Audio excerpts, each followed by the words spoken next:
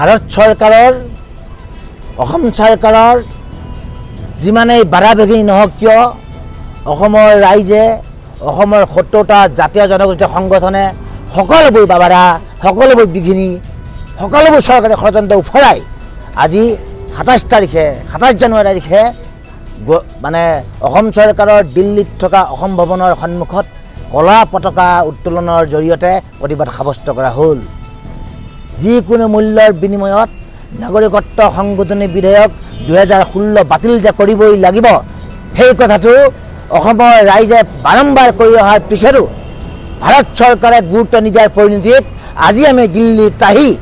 চৰকাৰৰ সকলোবোৰ ষড়যন্ত্ৰ সকলোবোৰ বাধা বিঘিনি উফৰাই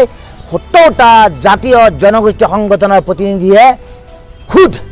খুদ দেশৰ ৰাজধানী চহৰৰ অসম ভৱনৰ সন্মুখত কলা